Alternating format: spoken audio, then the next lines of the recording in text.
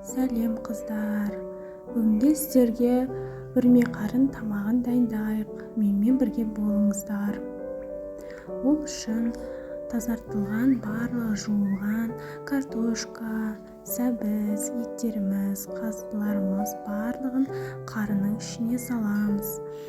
Сарымсақ, барлығын қарынды бірінші тұзды сумен жуып, оның ішіне саламыз барлығын.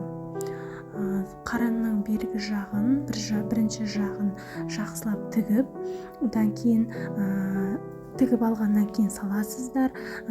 Ол жақсы жабылғандығына көз жеткізіңіздер. Бұл түрлі түсті бұршақ. Түрлі түсті бұршақтың біреуі дәм беретін, біреуі иістендіретін қасиетке ие. Картошкамызды саламыз, сәбізімізді саламыз.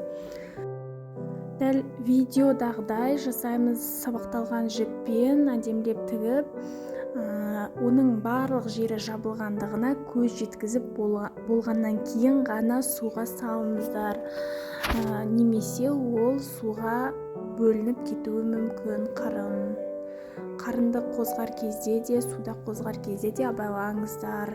Бір нәрсе, үшкір бір нәрсе тиіп кетіп, жарылып кетпесін.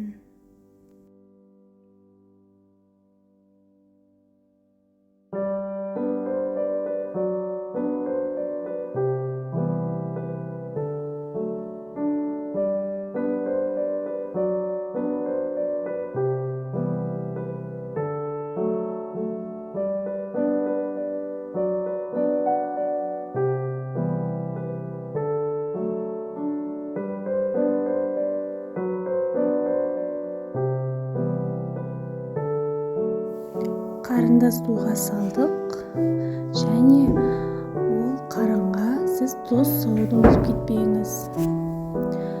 Көлеміне қарай тұз саламыз. Бізде қарын пісті, оны кестік. Өте дәмді шықты.